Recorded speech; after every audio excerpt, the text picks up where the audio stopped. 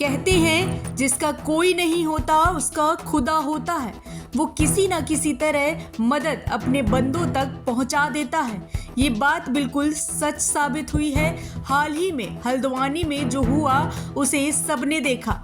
एक ओर जहां सरकार की कार्यशैली पर सवाल उठाए गए तो वहीं दूसरी ओर अब हल्द्वानी में जो पीड़ित हैं उनकी मदद को अरशद मदनी ने बड़ी बात कही है। साथ ही हल्द्वानी के मुस्लिमों के लिए सरकार से बड़ी डिमांड की है, जिसके बारे में आपको एक एक बात बताते हैं। मीडिया रिपोर्ट्स की माने तो मौलाना अरशद मदनी ने हल्द्वानी मामले में सरकार को खूब लताड़ा।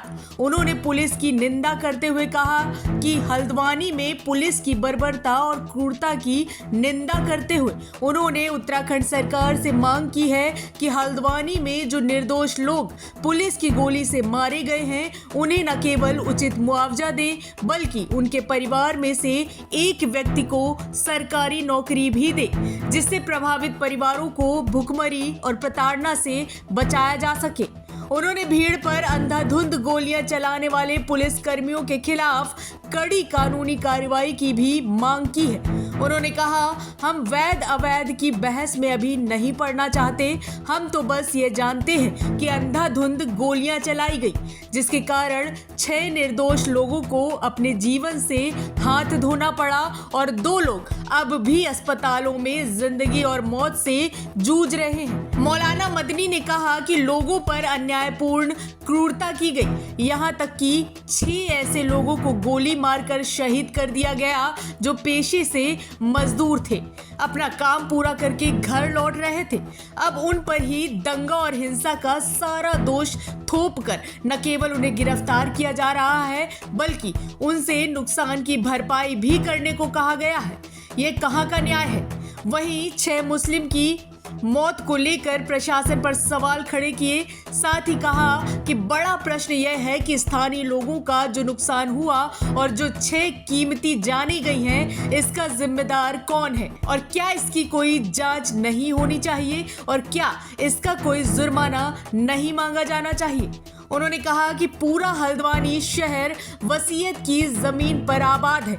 ऐसे में अगर मस्जिद और मदरसे को अवैध घोषित कर ध्वस्त किया जा सकता है तो वहां स्थापित अन्य धर्मों के पूजा स्थल को कैसे वैध कहा जा सकता है?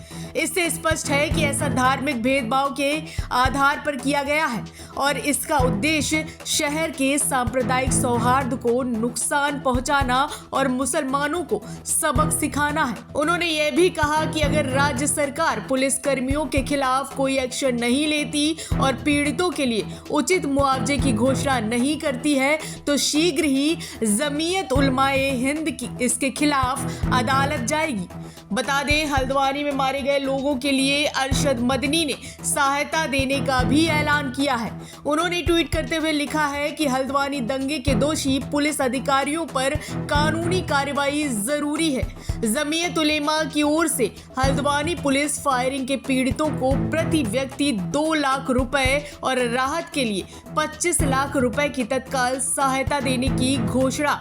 एक और ट्वीट करते हुए लिखा है कि पहले हमने देश की आज़ादी के लिए लड़ाई लड़ी, अब लगता है हमें आज़ादी की रक्षा के लिए लड़ना होगा।